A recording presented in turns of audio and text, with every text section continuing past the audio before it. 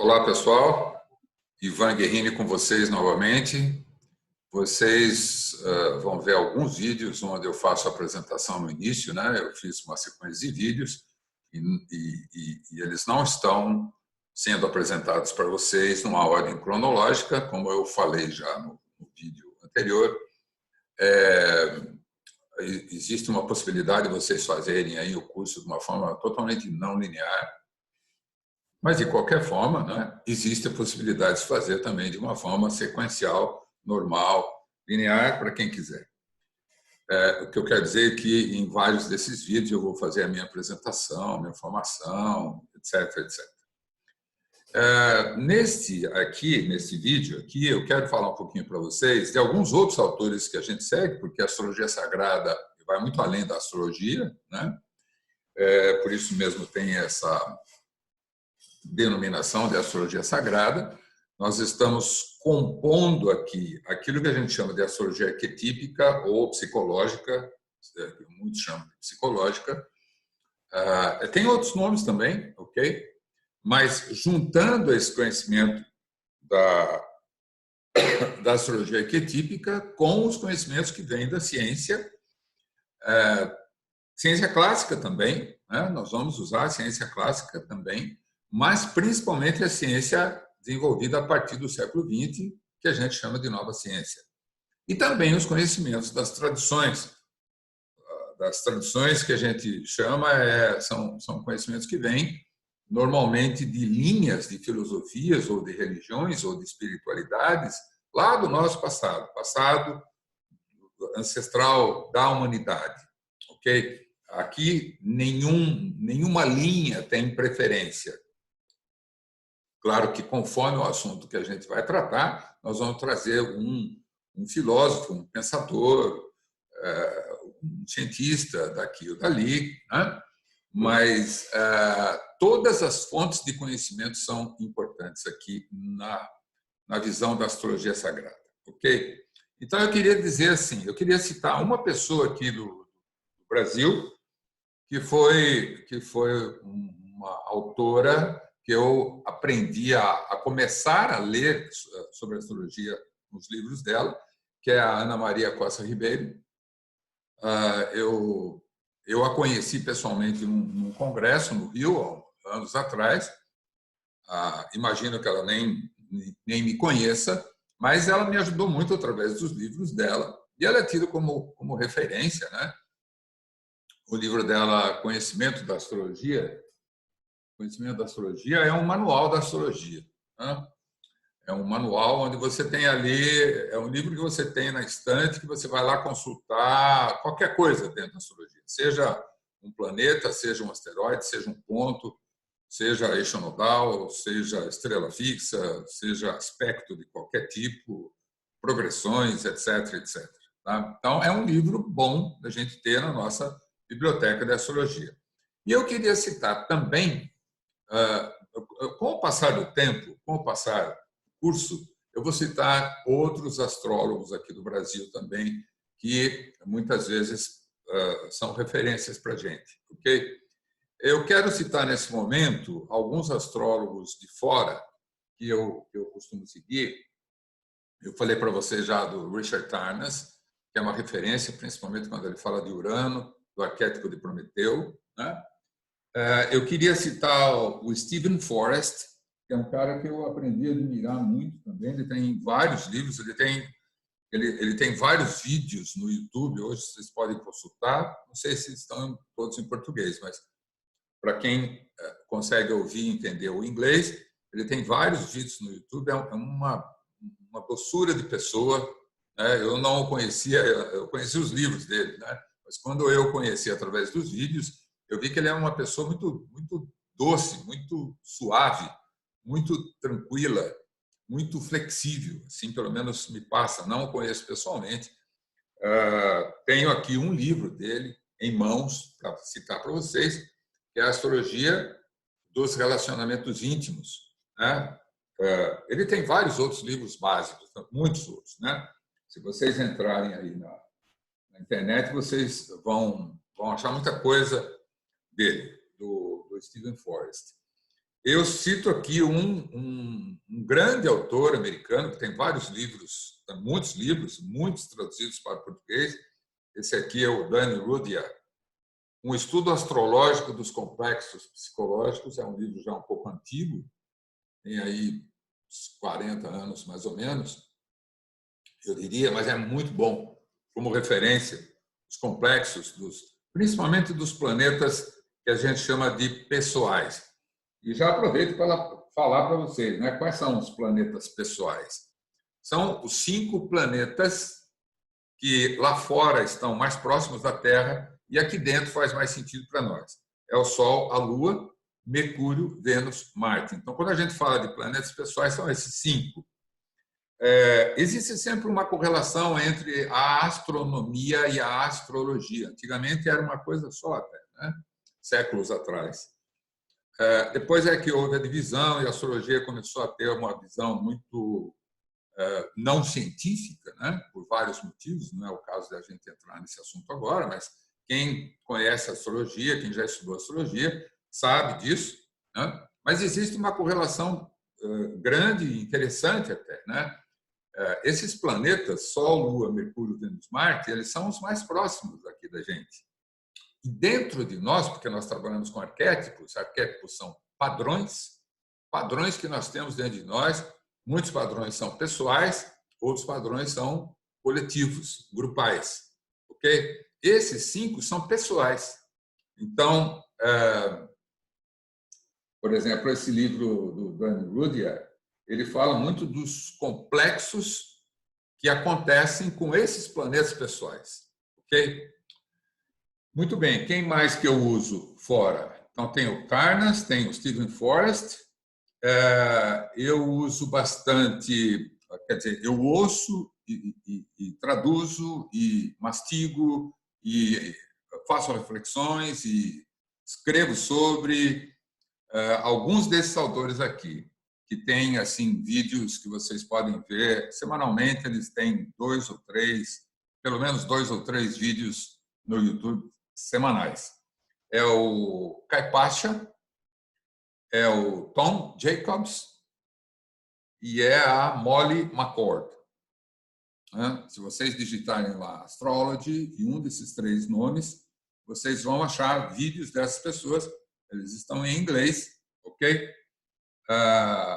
Sigo também o site, os vídeos da Astrology University. Dentro da Astrology University, o Stephen Forrest fala bastante. Tá? Então, para dizer para vocês que tem essas referências aí para quem quiser ir mais longe. Ok? Muito bem. Lembrando que a gente sempre está trabalhando com uma amplitude, uma gama muito grande de conhecimentos. Nós não ficamos presos somente àquilo que vem da astrologia. Nosso curso não é um curso de astrologia, ponto. Por isso que ele tem o nome de astrologia sagrada. Tá? Porque não é quântica. Por alguns motivos. Mas você não usa quântica? Sim, muito. Muito da física quântica entra dentro dessa astrologia sagrada. Mas o quântico é um nome que ficou já muito desgastado. Ele virou até meio pejorativo. Tudo é quântico. Então, as pessoas que não sabem nem o que estão falando que o curso dele é quântico. Curas quânticas. Não que não seja, muitas vezes são. Mas é que tem muita gente que não fala sobre quântica, que não sabe o que é quântica e que também usa o termo quântico.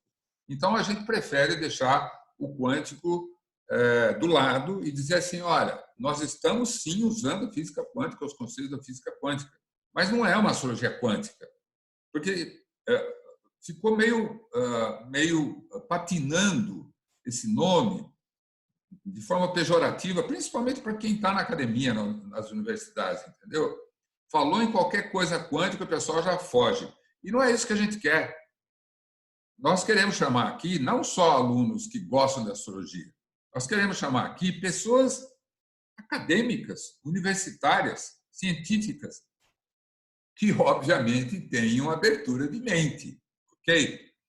Não adianta ser acadêmica científica reducionista com mentalidade do século XVII.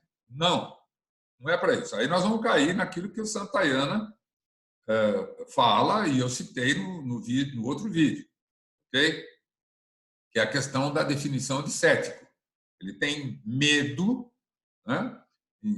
Então ele mesmo constrói aquela barreira porque ele tem medo de ir adiante e talvez cair numa zona de muito desconforto, onde ele não sabe lidar, não saberia lidar, então ele se torna casto para esse mundo novo. Se tornando casto para aquilo que ele não conhece, ele vira um cientista antigo, determinista, mecanicista, e só acredita naquilo que é provado por A mais B, que usa a estatística clássica, e por aí vai, né? Como eu disse, a gente vai usar uma parte também da ciência clássica. A gente não descarta conhecimentos aqui, mas nós queremos atrair pessoas que tenham cabeças abertas para todo e qualquer conhecimento. Ninguém é dono da verdade, tá? Isso eu digo e vou dizer em outros vídeos também. Ninguém é dono da verdade, nem nós, nem ninguém. Nós estamos em busca, sim. Nós estamos querendo saber mais. Nós estamos querendo fazer a integração de conhecimentos. E aí vou usar uma fala do Greg Braden, que nós estamos numa fase, numa época de desenvolvimento da humanidade, e nós precisamos daqueles chamados sintetizadores de conhecimento. Esses são necessários na fase que nós estamos vivendo. Por quê? Sintetizar significa saber integrar. Isso não é uma coisa fácil. Isso precisa costurar. Primeiro, você costura dentro da sua mente, da sua visão de mundo, e quando estiver bem estruturado não quer dizer fixo, tá? Quer dizer bem estruturado dinamicamente, né? Você passa isso, você troca, você compartilha, né? E aprende ao mesmo tempo, porque é flexível, né? Muito bem. Então, dentro disso, eu quero dizer para vocês assim, olha, eu vou citar aqui um livro chamado Dos Ritmos ao Caos. Por quê? Porque ele fala de ciclos. Ele fala de ciclos dentro da teoria do caos. E nós usamos muito ciclos dentro da astrologia. Na verdade, a astrologia trabalha com ciclos, né? Nós começamos com ciclos da Lua, que a cada 28 dias se renova, né? Nós temos uma Lua nova a cada 28 dias, aproximadamente, 28, 29, e aí Lua se encontrando com o Sol, sempre num signo diferente. Então, nós temos toda uma abordagem para os ciclos. E aí a Lua tem o seu ciclo de 28, o Sol tem um ciclo de um ano, aí tem os planetas pessoais, cada um com o seu ciclo, né? O Marte, que é um pouquinho mais demorado, né? Mas depois nós temos os planetas intermediários, que é o Júpiter, o Saturno. Júpiter 12, quase 12 anos de ciclo, Saturno 29. Depois os planetas mais distantes, né, que é Urano, Netuno, Plutão, que tem ciclos mais longos, né? Urano com 83, 84. Nós temos alguns astros intermediários que são muito importantes. Nós vamos falar de alguns. Quirón, por exemplo, que faz a ponta entre o Saturno, que é o mais velho, mais conhecido, mais antigo, mais conservador, e o Urano, que é o Prometeu, que é o novo, que é o quebrador de regras, que é o rebelde. Quirón, que faz essa ponte, tem um ciclo de 50 anos de uma forma muito irregular. O ciclo de Quirón é muito irregular. Nós vamos ter um vídeo para falar sobre isso, né? Muito bem. Então, eu estou citando esses livros aqui. Quero citar o Manifesto da Transdisciplinaridade. Aqui dentro tem a Carta da Transdisciplinaridade. Esse cara que escreve aqui, o Basarab Nicolescu, é um físico romeno. Ok? Eu tive a satisfação de conhecê-lo há uns 15 anos atrás, mais ou menos, num congresso de transdisciplinaridade na cidade de Vitória, Espírito Santo, aqui no Brasil. Quero citar... Cada vídeo eu vou citar alguns livros para vocês verem que é a integração que a gente faz, tá? Esse livro aqui, Como a Natureza Funciona, How Nature Works, do Pierre Beck, é um livro muito bom que faz uma ligação com a teoria do caos e os sistemas biológicos. E fala dos ciclos, obviamente, O livro está em inglês. Eu não tenho certeza se esse livro foi traduzido, mas fala, por exemplo, de que a vida se estabelece com mais plenitude no limiar do caos, que era a visão do Prigogine, o ganhador do Prêmio Nobel. Também cito Prigogine, né? Esse livro aqui tem tudo a ver com Prigogine, ok? Então, quero citar também para vocês um livro do Sheldrake, que é um biólogo, a Desilusão da Ciência, né? Libertando o espírito da Inquisição. Sheldrake, um biólogo britânico, ok? Muito bem. Todos esses livros, eles são importantes, eles não são necessários. Vocês não precisam ler cada um desses livros aqui para avançar no nosso curso de Astrologia Sagrada, não é esse o objetivo. Eu estou citando porque, assim, desde que eu estava lá no ensino médio, eu me lembro que teve uma ou duas disciplinas, e também na faculdade, curso de física que eu fiz, algumas disciplinas ofereciam lá. Você tinha o capítulo, você estudava o capítulo, você tinha os exercícios para resolver daquele capítulo, e no final você tinha para quem quer saber mais. E aí tinha uma lista de livros, ou até temas, artigos ou referências, enfim, para quem queria ir mais longe naquele tema, naquele assunto, né, daquele capítulo. Então, eu estou oferecendo esses livros para vocês, e vou oferecer outros a cada vídeo, para quem quer saber mais, quem quer fazer essa integração. Isso não tem fim, gente. Isso não tem fim. Ok? Então, tá. Então, quando a gente vai olhar para Sol, Lua e Ascendente, a gente tem que ter uma mente muito aberta. Não é só saber, olha, eu nasci com Sol em Câncer. Agora estou falando de mim. Eu nasci com Sol em Câncer. Ok.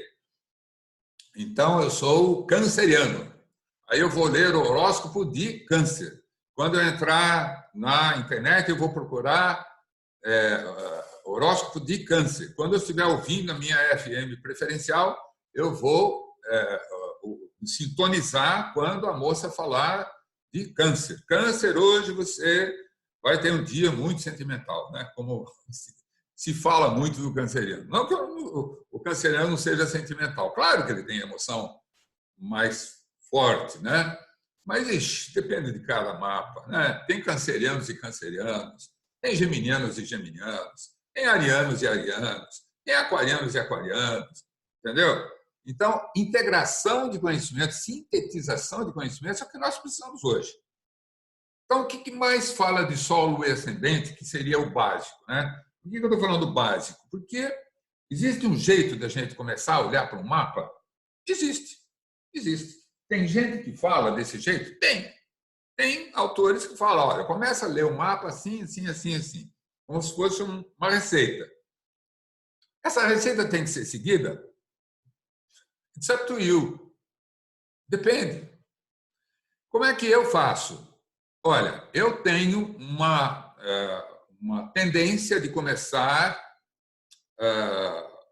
com toda a sintonização possível entre as duas pessoas, né? A pessoa que está fazendo a leitura, eu estou lendo o mapa da pessoa, o mapa da pessoa está na minha frente, então nós temos na verdade, 3 pontos, né? Nós temos o indivíduo, nós temos o mapa do indivíduo e nós temos o intérprete que é o astrólogo, no caso, que ele está fazendo o meio de campo. O astrólogo faz o papel do indivíduo do mapa dele, né? O astrólogo está aqui no meio. O astrólogo olha para o mapa do indivíduo e o astrólogo olha para o indivíduo. O astrólogo olha para o mapa e fala, nossa, estou vendo um Sol em Câncer aqui. Mas tem uma Lua em Gêmeos. Né? Gêmeos é um signo totalmente diferente de Câncer. Né? Então, ele é canceriano de Sol e geminiano de Lua. Então, como é que são as emoções para você? Como é que você lida lá dentro com isso? Então, nessa interação, começa a aparecer como é que o mapa fala daquele indivíduo. Por isso, a interação numa leitura de mapa é essencial. Por isso, a leitura fria de um mapa, como existe, Dá para fazer? Dá. Mas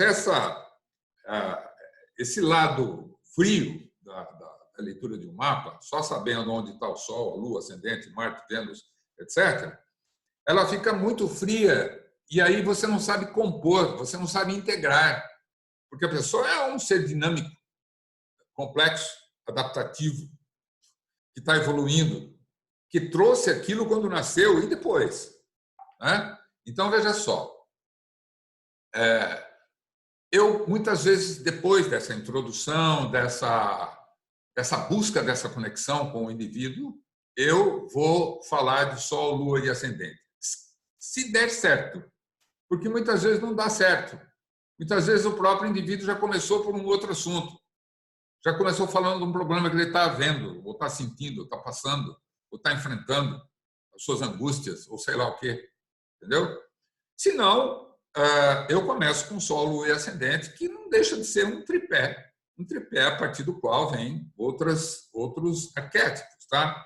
No Sol nós temos, no Sol, isso é um resumo, tá, gente? Isso é um resumo. Vocês podem achar sobre Sol, Lua e Ascendente, na verdade, sobretudo, em muitos artigos da internet, blogs, em muitos livros, em cursos que eventualmente vocês já fizeram. Tá? O Sol é masculino, fala um tanto do pai, do indivíduo, fala da luz, da força. Imagina um pouquinho o Sol lá fora. Né? O Sol, o brilho, a força, a coragem, queima, né? O Sol queima. Então, esse brilho todo é como se a gente tivesse o Sol dentro de nós com esse brilho todo no signo tal. No signo tal. Pode ser um dos 12, nós temos 12 signos. 12 signos, 12 casas. É isso? Então, nós temos esse brilho no signo tal. Esse brilho é a força, é a coragem, é o ímpeto da pessoa. Muitas vezes é o óculos que a pessoa usa para olhar para o mundo. Muitas vezes é o interior profundo da pessoa, que conforme o lugar que estiver no mapa, ele tem mais ou menos facilidade de se ver. Né? Um sol de signo de fogo, por exemplo, é muito forte. Né? Tanto que o Sol rege o signo de fogo, Leão. Né? Mas um Sol em Leão, um Sol em Áries, um Sol em Sagitário, que são os 3 signos de fogo, é um Sol muito forte. É um Sol que se expõe. É um Sol que vai à frente. É um Sol que fala: oi, estou aqui, cheguei. Né? Assim como também tem uma certa correlação com a casa. Um Sol de Touro, mas na casa 1, também é muito forte. Touro é um signo de terra, mas ele está na casa 1, ou seja, o ascendente está por perto, ou está em Touro, está antes, em Áries, ele tem um Sol em Touro. Né? Então, a casa também tem o seu sabor, traz também o seu colorido para a leitura do mapa. Ok? Sol fala um pouquinho do pai da pessoa. Sol e Saturno falam um pouquinho do pai da pessoa. O Sol, de certa forma, tá? Nada aqui é determinístico, tá, gente? Nada. Se vocês tiverem dúvida disso, vocês vão ler esses livros que eu estou citando aqui da Teoria do Caos, do Prigogine, do Peer Beck, e vocês vão ver que a partir do século passado, esquece certezas. Não temos mais certezas. Falamos e vivemos na incerteza. Saímos do conhecido e vamos para o desconhecido, e é assim que a gente constrói a nossa nova realidade. E é tão legal a gente conseguir construir a nova realidade usando o mapa como referência, porque ali nós temos as nossas possibilidades e as nossas travas também. Então, sabendo das nossas potencialidades, das nossas travas, nós podemos construir uma realidade muito legal, muito bacana, muito possível, muito viável, factível com aquilo que a gente trouxe para essa vida, com aquilo que a gente é na essência. O mapa fala disso. O mapa fala não quer dizer que está escrito literal e está claro quando a gente olha um mapa, vou sair sabendo tudo de mim. Não, cada vez que a gente olha para o mapa, a gente descobre coisas novas. Okay? O próprio astrólogo sabe disso. Ele olha o mapa dele sempre. Às vezes passa um dia sem você olhar seu mapa. Às vezes. Ou alguns dias. De repente você está olhando o mapa de um, mapa de outro, mapa de outro, você fala, nossa, eu tenho tal coisa assim, assim, semelhante a esse. Enfim, você está sempre considerando o seu próprio mapa. A gente sabe, o astrólogo sabe os trânsitos que passam. O astrólogo que está envolvido nessa busca, né? Estou falando disso. Sabe. E trânsito todos nós estamos passando. Não é só o indivíduo que está aqui na frente, o cliente que está aqui na frente. Nós, pessoas, seres humanos, estamos passando por trânsito, sim. Eu preciso saber onde está o Saturno hoje, que aspecto está fazendo, que casa que está.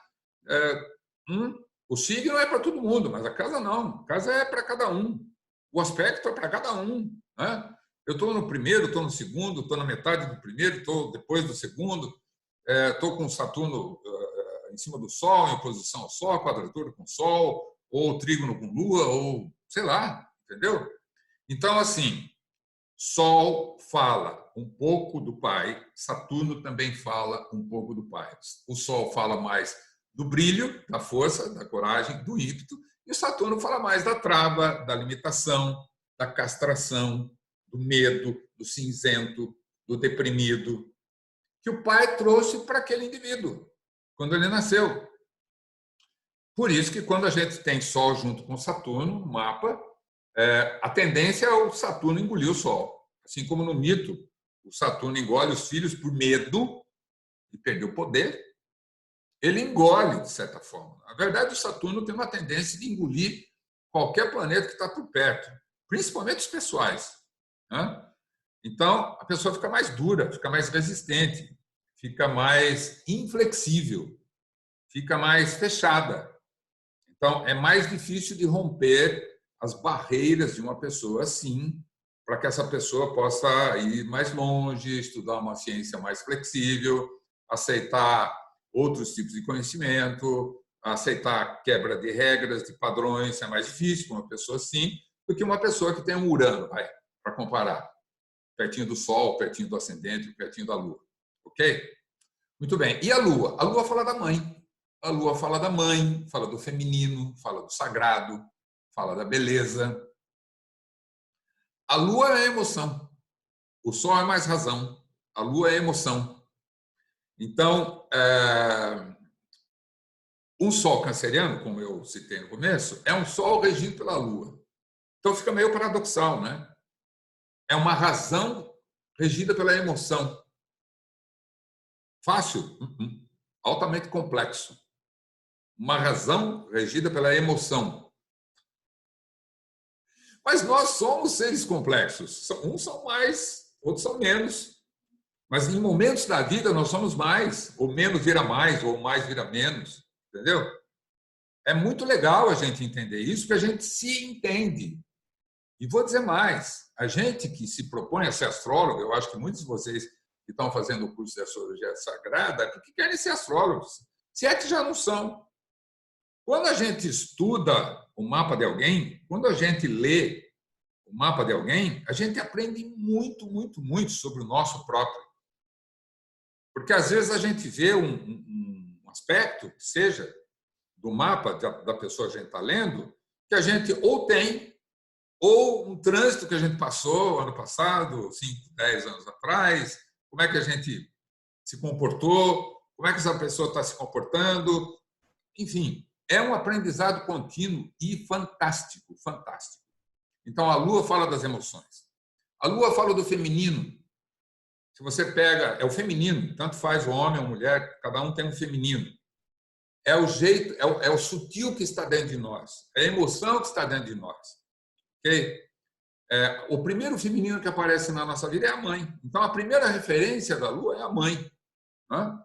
Eu me lembro a primeira vez que eu fiz leitura de mapa, eu tenho Lua em Sagitário, a pessoa falou assim, sua mãe é professora? Em cima. Né? Sim, minha mãe é professora. Minha mãe é professora. Então, principalmente quando você nasceu, sua mãe queria muito essa profissão de buscar conhecimento. E foi a época que ela mais foi professora, né, na vida. Né? Eu sou o primeiro filho, então ela foi muito professora na época que eu nasci. Ela estava sendo muito professora. Ela era o esteio, ela queria, ela gostava, ela dava aula de biologia, ela escrevia sobre biologia, ela estudava, ela tinha um prazer muito grande de estudar biologia. Era o métier dela, era o gosto dela. E eu nasci com Lua em Sagitário. Então, veja só, a Lua fala muito da mãe. E a Lua fala muito das emoções, quer dizer, um jeito da pessoa que tem uma Lua em Sagitário de curar, pelo menos momentaneamente, por um tempo, as suas emoções, é buscar conhecimento, é fazer viagens em busca de conhecimento, é escrever, é ler. O conhecimento, que tem muito a ver com Sagitário, dá sustento para a Lua sagitariana, dá estrutura para a Lua sagitariana, dá amparo para essa Lua sagitariana. Ok? Muito bem. Estou dando apenas alguns detalhes, tá? E o ascendente não é nada interior, não é um planeta pessoal. Ascendente não é um planeta. Ascendente é um ponto, é o signo que estava no horizonte no momento que a pessoa nasceu. Aquele signo é como se fosse um sol nascendo. Ah, mas a pessoa nasceu à tarde. Não tem problema. Tinha um signo no horizonte naquele momento que era como se fosse um sol nascendo. Por isso que ascende, é o signo que começa a subir. Né? Ascender no sentido de subir. É o rising sign, o signo que sobe. Esse signo é o signo que a pessoa mais transparece. É o signo que vai à frente.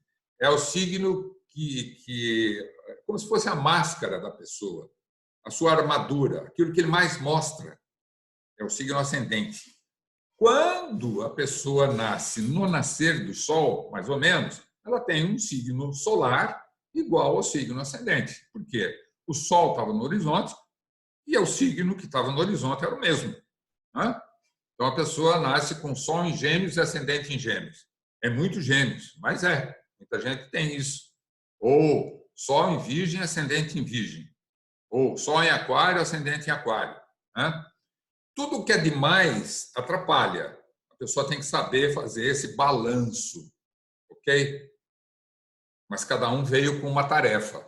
Uma, que eu digo, põe uma nisso, né?